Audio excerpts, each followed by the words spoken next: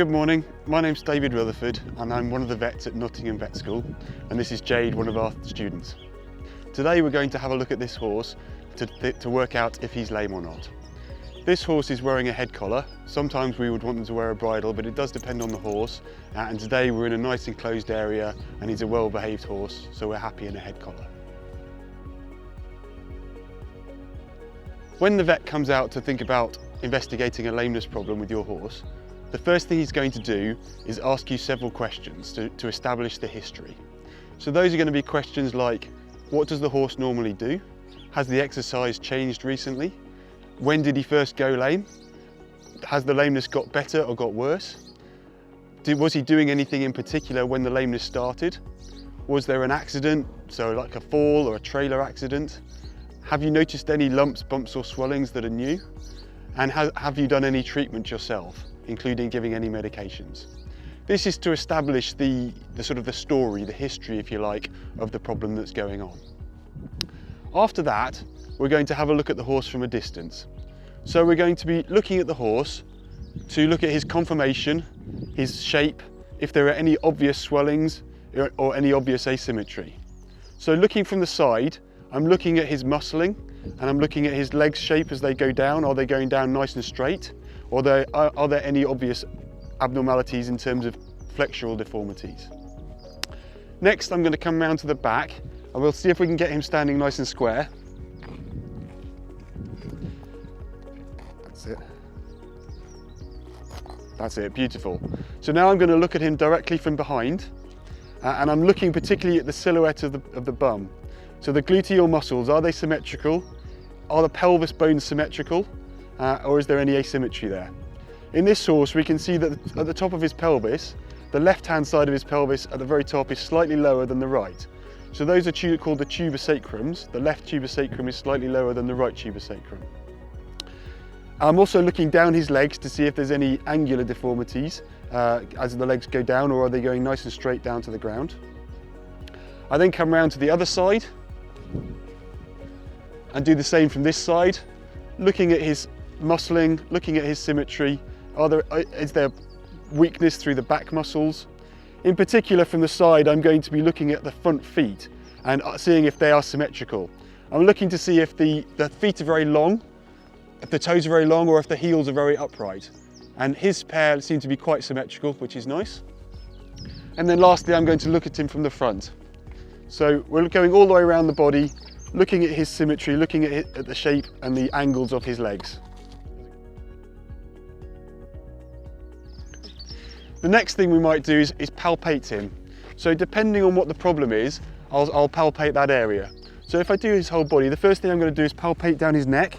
So feeling the bones down his neck and feeling the muscles down his neck as well. Obviously through this whole area and through the shoulder area, we're only really going to feel any large lumps, bumps or swellings or painful bits, but I'm feeling all around to see if I can see any signs of inflammation. So the inflammation that I'm looking for as I go down the leg, feeling the joints to see if there's any swelling, feeling down the tendons to see if there's any heat or any pain as I palpate downwards, and then down into the fetlock joint, the suspensory branches, over the top of the pastern here, feeling the coronary band to see if there's effusion or swelling in the coffin joint.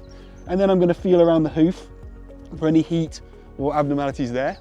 I'm going to feel the digital pulses on the back of the leg just here, and then run my hand down the back of the leg as well. So as I say, we're looking for anything that is swollen, anything that is hot, or anything that is painful to touch. The next thing I'm going to do is pick up the leg and assess the range of motion of the joints. So if I run my hand down his leg here, good boy. So then I can pick the leg up, and see if it bends nicely. So on this horse, that's as far as he bends without putting any pressure on it. So a normal horse will flex all the way up to the elbow there. So we'd say he has a reduced range of motion in this left front knee. I'll do the same at the fetlock.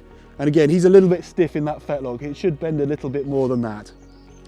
At this point, I'm going to have a look around the hoof and I'm going to assess the shoeing. So to see if the shoe is loose or damaged, to see what sort of shoe he's got on, and to see if there's any abnormal wear in the shoe. We can have a look at the sole as well, and I may use a hoof pick or these things to clean it out.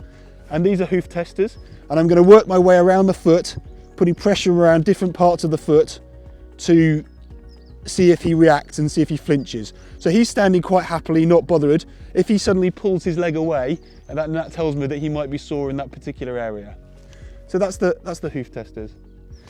I'll put that foot down on the ground again, and now I'm going to work my way down his back. So I'm going to feel down his withers, run my hands down his back, putting pressure on the back again to see if he's sore, see if he flinches away, feeling the muscles as well down the body. And this guy is standing quite happily while I'm doing that. I'm going to palpate over the top of his pelvis, pressing downwards to see if he flinches or if he reacts. And again, over the muscles of his backside to see if there's any abnormal swellings, lumps or bumps. The next is I'm going to pick up his tail, have a look under his tail to see if there's anything abnormal there or if his tail has abnormal movement. Feeling down his leg again is much like the front leg. I'm feeling for any lumps, bumps, swellings, painful areas. So I'm going to feel the stifle here. I'm going to feel down into the hock here. And then down the lower leg, palpating the tendons, palpating the fetlock joint and palpating the pastern. Again, having a good look at his foot to see if there's any abnormalities there. One thing in particular we may notice in the hind feet is a wear mark around the toe, either on the hoof or on the shoe. And that's because that would be an indication that he's been dragging his toe. Next, I'm going to pick the foot up again. Up you come, buddy. Good boy. And again, I can assess the range of motion or the stiffness of the joints. And picking it up. Obviously in the hind leg all the joints bend together because of something called the reciprocal apparatus, but you can still get an idea of whether one joint is stiffer than another. I'll then pull the leg backwards again and use the hoof test. We'll have a look at the foot and then use the hoof testers around the hind feet as well.